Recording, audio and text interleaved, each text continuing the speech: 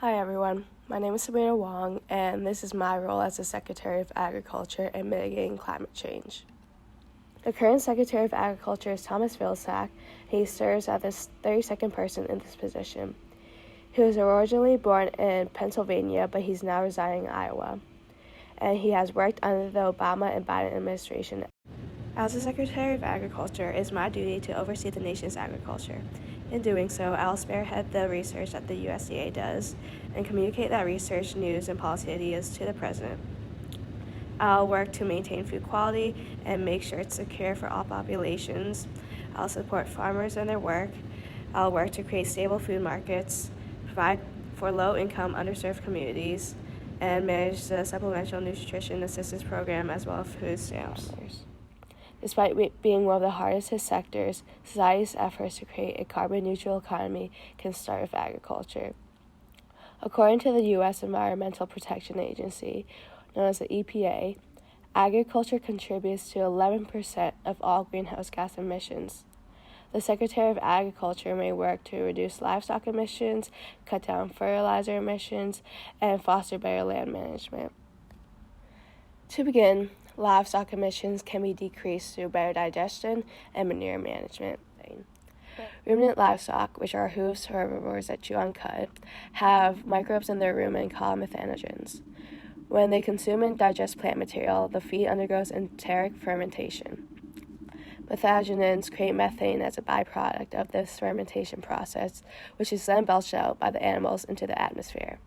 The amount of methane released is determined by the quality of the feed it eats. The higher the quality, the less amount of methane. The lower the quality, the more amount of methane.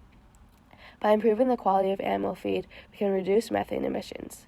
Forage crops that contain condensed tannins show increased nutrition values.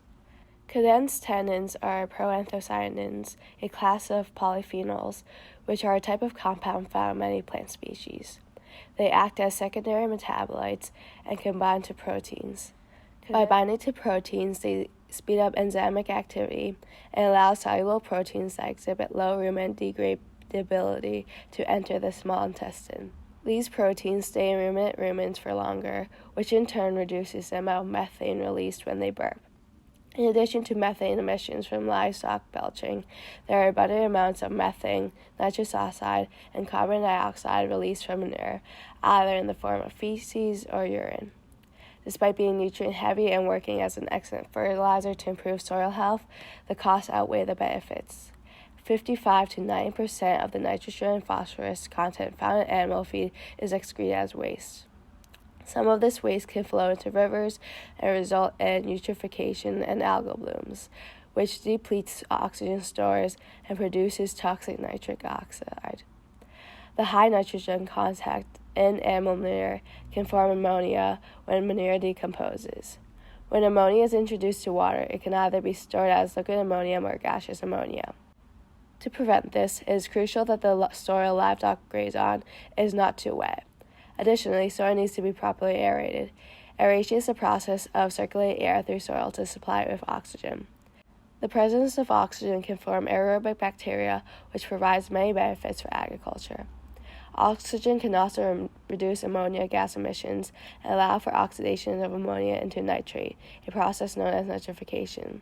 Full of nutrients, the nitrogen in the nitrate accelerates plant growth. In keeping nitrogen in the manure, we can reduce emissions of nitrous oxide into the atmosphere. Methane is also kept in the ground. Not only is methane a harmful greenhouse gas, but it can also cause an unpleasant odor that soil gives off. In order to sustain adequate aeration, acts that limit airflow, such as pasture plugging and compaction, should be avoided. Rather than fertilizing the soil, manure can have the opposite effect of acidifying it. In attempts to store excess manure, extra harmful methane can be released. When stored, bacterial activity increases, and the inoculum eats at the manure, releasing methane in the process. Excess manure is often stored in large tanks that are filled gradually as droppings accumulate. However, the gradual filling of manure can result in greater bacterial growth. Therefore, manure tanks need to be filled at a quicker rate and be emptied out each time. Cleaning the tanks after each disposal rids existing bacterial communities and slows down the growth of the next bacterial cycle. A more efficient type of manure storage is anaerobic lagoons. Anaerobic lagoons store manure slurry where it undergoes anaerobic respiration.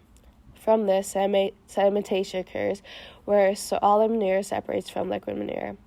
Separating the manure before disposing it into the lagoon can reduce greenhouse emissions by 143 megatons of CO2 per year. The solid manure can be composted while the liquid is placed in the lagoon. Complex organic compounds can be converted into simple elements such as carbon dioxide and methane. Anaerobic digesters cover these lagoons to trap gases from escaping. Organic compounds are converted into biogas and can be used as renewable energy. Moreover, fertilizers emissions can be cut down. The majority contain nitrogen, phosphorus, and potassium. Although fertilizers enhance crop production, they contain an abundance of nitrogen that can release tons of nitrous oxide into the atmosphere. When not handled properly, the bacteria found in the soil can convert nitrogen into nitrate. Just like in manure, the nitrate can run off into bodies of water and combine with phosphorus to create algal blooms in a process called eutrophication. These algal blooms deplete oxygen and can create dead zones, which are areas in the water that can no longer sustain life due to a lack of oxygen. They also block sunlight from reaching underwater plants, preventing photosynthesis. Plants cannot directly use nitrogen, so it must be fixed into nitrogen-containing compounds that plants can absorb from the soil. The most common and widely used chemical fertilizer is ammonia. Ammonia manufacturing burns fossil fuels in the process, contributing to carbon dioxide emissions. To reduce emissions, I'll work to enforce the 4 R's of nutrient stewardship, which are the right source, right rate, right time, and right place. Right source matches the fertilizer type to crop needs. This way, crops are given the type of fertilizer that best suits their needs so that the fertilization process is more efficient. We need to check whether a certain plant prefers synthetic or organic, slow release or stable, a combination of fertilizers or other options. The right rate matches the amount of fertilizer to crop needs. Less waste is lost in this manner, so it has to be analyzed prior to fertilizer application to test how much fertilizer is necessary. When distributing fertilizer, make sure the tools are calibrated to get precise amounts. Throughout this, the law of diminishing returns needs to be taken into consideration because adding too much fertilizer can have adverse results. The right time makes nutrients available when crops need them. Some crops need only a one-time fertilizer application, whereas some need it during planting and throughout their growth. It is crucial to watch for weather and seasons. Avoid applying fertilizer before a rainstorm to minimize chances of runoff. Applying fertilizer during the fall can pose a risk as the winter and spring seasons can also cause runoff. Of course, only use it during optimal conditions. The right place means keeping nutrients where crops can use them. The root zone is the area of soil that surrounds the roots of a plant. Zone maps can be utilized to locate where best to grow crops. Finally, there needs to be better land management.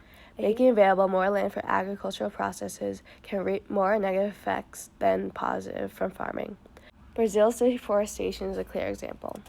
Jair Bolsonaro, president of Brazil, is an active climate denier and utilizes neoliberal policies to get his job done. In order to grow crops such as soybeans, he demands the cutting down of trees to free up more land. In doing so, he's using military tactics to remove inhabitants at gunpoint. Most of these inhabitants are indigenous tribes. Unlike the typical American today, indigenous peoples know how to best use land in a conservative manner, which benefits both them and the environment. They are already a detached group, and the active removal of them from the tribal land results in loss of community and knowledge. We can learn a lot about land management from them. Not only are humans removed from their homes, animals are too. Tons of species live in tropical rainforests. Brazil is home to the largest, the Amazon, which makes deforestation that much worse. Trees themselves contribute heavily to the mitigation of greenhouse gases. During photosynthesis, trees absorb carbon dioxide from the atmosphere. Without them, carbon dioxide is left in the air. Removal of biotic species means a decrease in biodiversity. To increase biodiversity, we can go through a process called rewilding. Rewilding is the process of restoring land to recreate nature's natural uncultivated state. It's a progressive approach to conservation. Just like the 4 R's of nutrient stewardship, there are the 3 C's of wilding: cores, corridors, and carnivores. Cores talks about identifying areas that need help. Wildlife corridors connect these core areas to enable access between species. Carnivores are the key animal group that need to be reintroduced to the ecosystem. As a top predator, they manage the activity of lower food groups and their interaction with Earth's matter. This top-down interaction is called a trophic cascade and can also be applied as trophic rewilding. There are 2 approaches to rewilding: either letting nature heal on its own with little to no human interaction, or having humans take direct action in restoring nature. I believe there needs to be a balance of both. Nature was doing fine before it welcomed human activity. Climate change is, without a doubt, a result of human behavior disrupting our planet. If we don't touch certain ecosystems, they might be able to restore themselves. However, because humans did so much to harm the environment, nature might not be able to undo all of these changes on her own. We humans have to manually fix the problems we caused. Solutions can be simple, such as reducing hunting and fishing. They might have to be more intense, such as the need for geoengineering or manually reintroducing animal and plant species in certain ecosystems. Cover crops have also been gaining recent popularity. They are plants that are grown in off-season to protect their soil rather than to work as food. They take on many forms such as cereals, legumes, grasses, and broadleaf species. They reap many benefits, including sequestering carbon in the soil, preventing soil erosion, limiting weed growth, and reducing nutrient runoff.